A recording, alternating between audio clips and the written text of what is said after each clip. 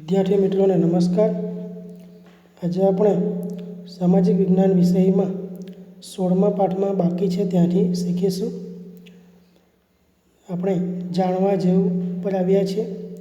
જાણવા જેવુંમાં સમરસ ગ્રામ પંચાયત। ગ્રામ પંચાયતની રચના ચૂંટણી વિના સર્વસંમતિથી વિના વિરોધે થાય તેવી ગ્રામ પંચાયતને સમરસ ગ્રામ પંચાયત કહેવામાં આવે છે। એવી જે ગ્રામ પંચાયત જ્યાં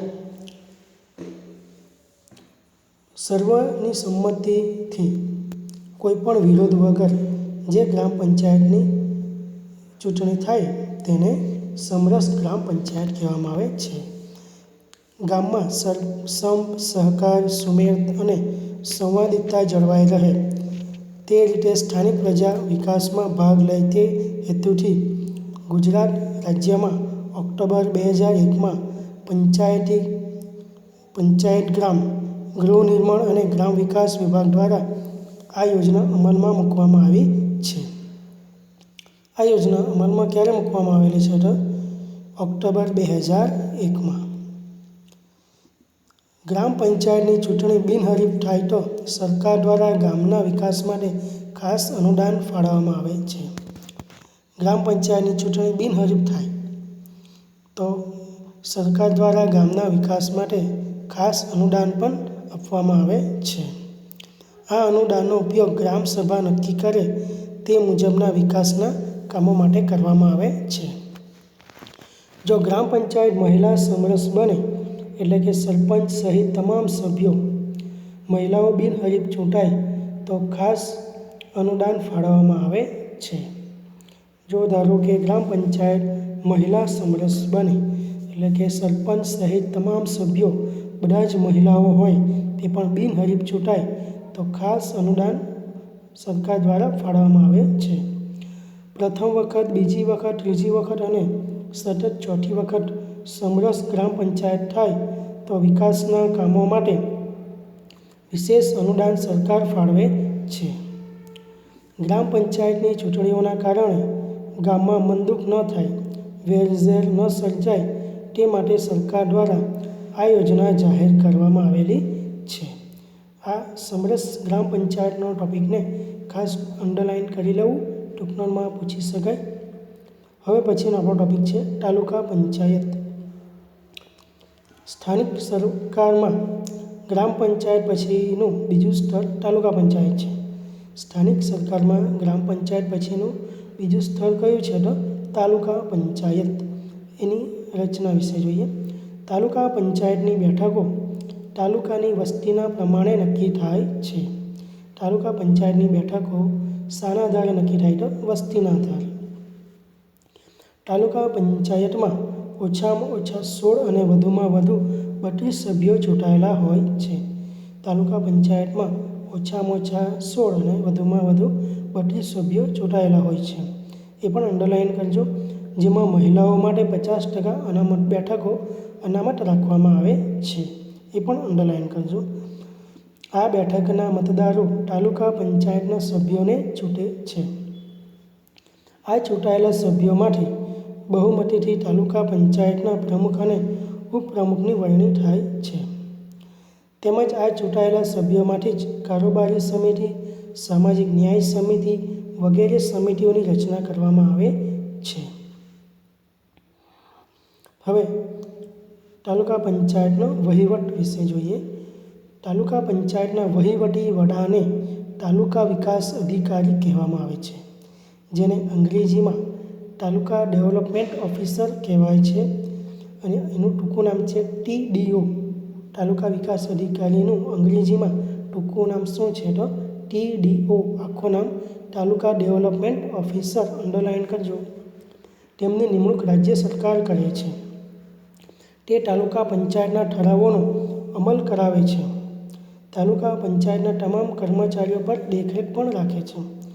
તાલુકા પંચાયતનું વાર્ષિક અંદાજપત્ર એટલે કે અંગ્રેજીમાં બજેટ કહેવાય છે તે પણ તેઓ જ તૈયાર કરે છે। કોણ તૈયાર કરે છે તો તાલુકા વિકાસ અધિકારી જ તૈયાર કરે છે।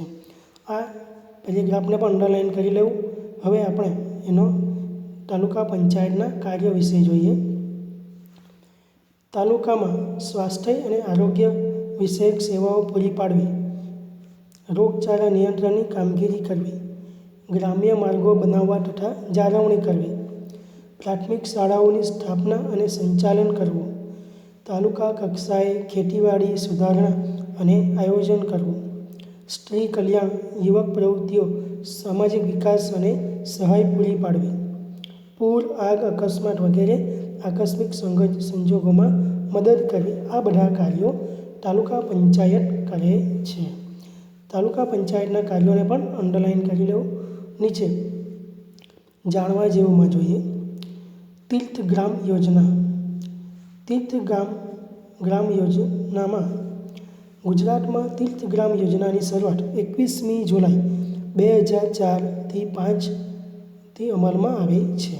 આપણા ગુજરાતમાં તીર્થગ્રામ યોજનાની શરૂઆત ક્યારથી અમલમાં આવેલી છે? તો 21મી જુલાઈ 2004 કે 5થી.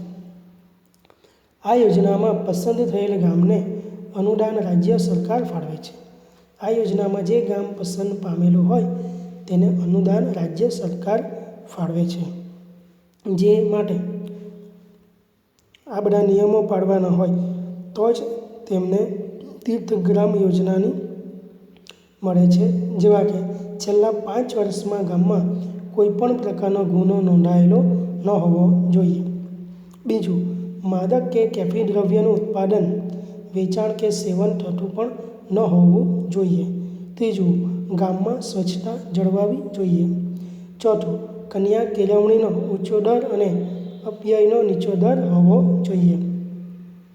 આ ઉપરાંત અન્ય માપદંડોના આધારે તીર્થગામ પસંદ કરવામાં આવે છે, જેનો ઉદ્દેશ્ય ગ્રામ્ય વિસ્તારમાં રહેતા લોકો વચ્ચે પરસ્પર સદ્ભાવના વધે, એકતા જળવાય અને ભાઈચારાની ભાવના વધે તે માટે જ કરવામાં આવ્યો છે. તો તીર્થગ્રામ યોજનાનો ટોપિક અંડરલાઇન કરી લેજો. હવે જોઈએ તો પાવનગ્રામ યોજના. તીર્થગામ યોજનાની જેમ જ છેલ્લા 3 વર્ષમાં ગામમાં કોઈ ગુનો નોંધાયેલો ન હોય તેવા ગામને પાવનગામ તરીકે પસંદ કરીને ₹1 લાખ સુધીનું અનુદાન સરકાર દ્વારા ફાળવવામાં આવે છે.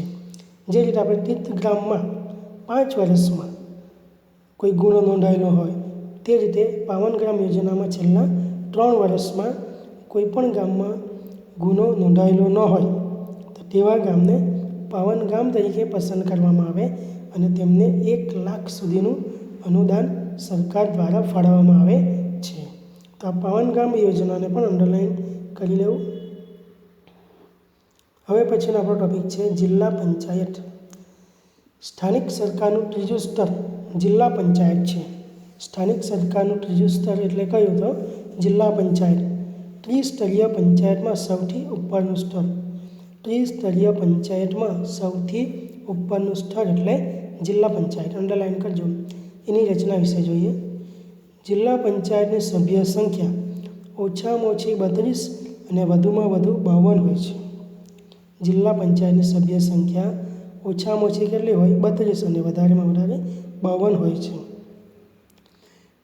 જિલ્લાની વસ્તીના આધારે જિલ્લા પંચાયતની બેઠક નક્કી થાય છે. જિલ્લાની વસ્તીના આધારે જિલ્લા પંચાયતની બેઠક નક્કી થાય છે, જેમાં 50% બેઠકો મહિલાઓ માટે અનામત રાખવામાં આવે છે.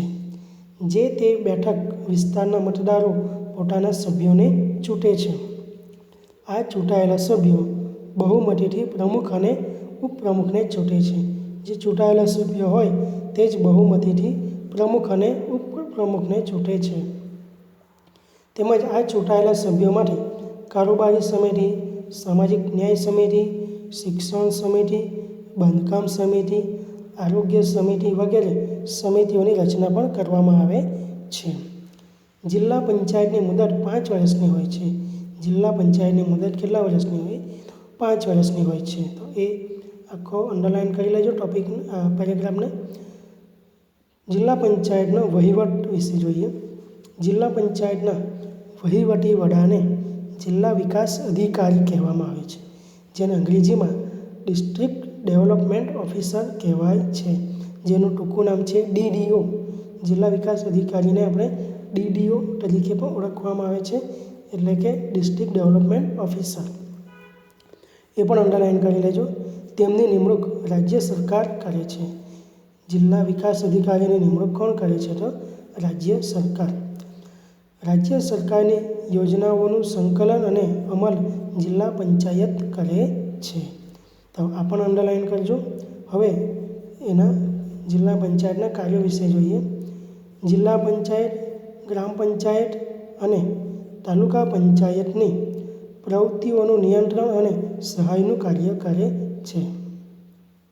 જિલ્લા પંચાયત છે તે ગ્રામ પંચાયત અને તાલુકા પંચાયતની જે પ્રવૃત્તિઓનું નિયંત્રણ રાખવું અને તેમને સહાય કરવાનું કાર્ય કરે છે.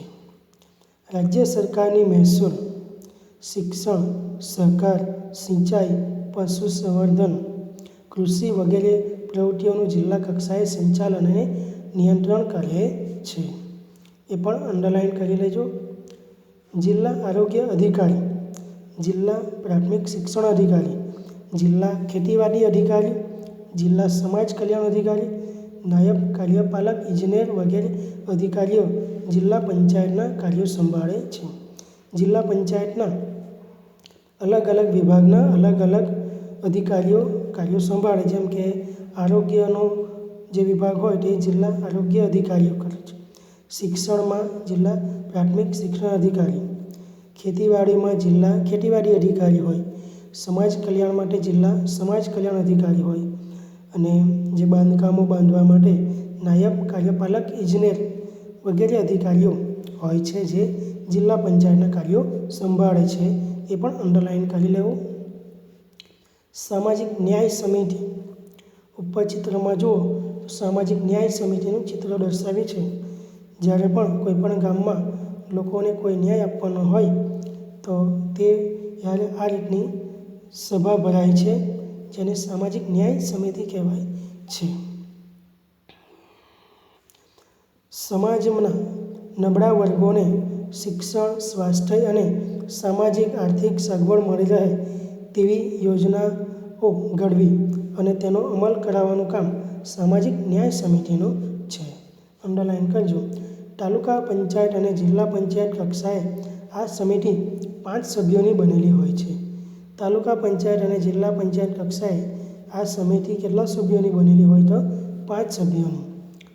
પંચાયતી રાજમાં ત્રણેય સ્તરોએ સામાજિક ન્યાય સમિતિની રચના કરવી ફરજિયાત છે. આ સમિતિનું કાર્ય નબળા વર્ગોને ન્યાય આપવાનો છે. આ સમિતિનું મુખ્ય કાર્ય શું છે? તો જે નબળા વર્ગો હોય તેમને ન્યાય આપવાનો હોય છે. તો એ પેરેગ્રાફને પણ અંડરલાઇન કરી લેજો. હવે આપણે જોઈએ શહેરી પ્રશાસન. આપણા દેશના 1 લાખ કે તેથી વધુ વસ્તી ધરાવતા શહેરોમાં નગરપાલિકા તથા 5 લાખ કે તેથી વધારે વસ્તી ધરાવતા શહેરોમાં મહાનગરપાલિકા એ સ્થાનિક સ્વરાજ્યની સંસ્થાઓ છે. જે આપણા રાજ્યમાં જોઈએ તો આપણો જે વલસાડ શહેર એ નગરપાલિકા છે, કારણ કે આપણા વલસાડમાં 1 લાખ કે તેથી વધારે વસ્તી છે, એટલા માટે આપણો વલસાડ શહેર એ નગરપાલિકા છે. તથા જે 5 લાખ કે તેથી વધારે વસ્તી ધરાવતા શહેરો હોય તો તે મહાનગરપાલિકા કહેવાય છે. એ પણ અંડરલાઇન કરજો. વસ્તીના આધારે આ વિસ્તારો નક્કી કરવામાં આવે છે. આ વિસ્તારો નગરપાલિકા છે કે મહાનગરપાલિકા તે શાના આધારે નક્કી થાય? તો વસ્તીના આધારે. જેમાં સામાન્ય રીતે દર 5 વર્ષે ચૂંટણીઓ કરવામાં આવે છે. જેમાં જે ચૂંટણીઓ જે થાય તે દર કેટલા વર્ષે થાય છે? તો 5 વર્ષે. એ પણ અંડરલાઇન કરજો. શહેરના મતાધિકાર ધરાવતા તમામ મતદારો ચૂંટણીમાં ભાગ લઈ શકે છે. શહેરના જેટલા પણ મતાધિકાર ધરાવતા જે તમામ જે મતદારો હોય, એટલે કે જેમની ઉંમર 18 વર્ષ કે તેથી વધારે હોય તો તે બધા મતદારો કહેવાય છે. તેઓ મતદાન કોઈપણ ચૂંટણીમાં કરી શકતા હોય છે, એટલે કે આવા લોકો ચૂંટણીમાં ભાગ લઈ શકે છે. તો વિદ્યાર્થી મિત્રો, આ શહેરી પ્રશાસનનો ટૉપિકને પણ અંડરલાઇન કરી લેવું. અને આ પાઠ આજે આપણે આટલો જ શીખીશું. બાકીનો પાઠ આપણે બીજા ભાગમાં શીખીશું. બીજો ભાગ આવે ત્યાં સુધી તમારે આ પાઠનો અભ્યાસ કરતા રહેવાનું છે. હવે આપણે બીજા ભાગમાં મળીશું.